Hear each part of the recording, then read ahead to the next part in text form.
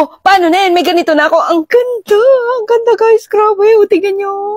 Pero syempre, bago papakita at mag-apply nito, ay babasahin muna natin dito. O, unang, hindi ko mabasa. Ayan. Amaterasu po to, guys. Sunscreen Clear Stick with SPF 50. Huy! Broad spectrum na din po and UVA, UVB formulated in Japan. O, diba? Amaterasu. And guys, water resistance daw to and then non-sticky. So, ito ngayon, papakita ko sa inyo. Tada! Oh. Diba? Guys! For all skin type to, guys. Okay? Oily ka man, dry skin ka man, lalong-lalo na dry skin kasi tinry ko na to kanina. Nagustuhan ko siya, guys. So, ito ngayon, ito yung itataas natin, ibababa, ganun. I-roll nyo lang to, ganyan. Ganyan siya kadami, guys. O, ganyan. O, clear talaga, as in clear. Oh my God. Ang ganda, guys. Grabe. Na-excite ako dito i-apply. So, mag-apply na tayo. Ganito siya, guys.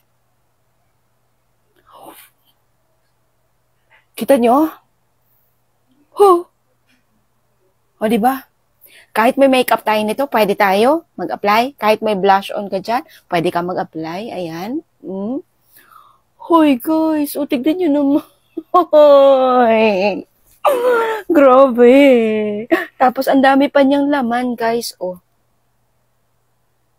Oh, saan ka dyan? Amaterasu. Alam ko, merong mga mima ko dyan na tamad talaga mag-apply ng sunscreen kasi may mga nakakausap ako. Uy, kaartehan na yung sunscreen. Guys, hindi kaartehan ang sunscreen. The best talaga at importante ang sunscreen, okay? O, tingnan nyo tong sunscreen na to. Para ka nang may moisturizer. O, ulit.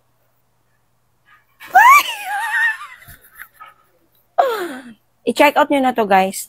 Nasa yellow basket ko. Sige na. Check out nyo na to. Basta, ako, hindi na talaga ako tatamarin mag-apply ng sunscreen. Eto lang. Eto lang, kagamitin ko. Ay, naku. Tapos, oh, ganyan lang. Lalagay mo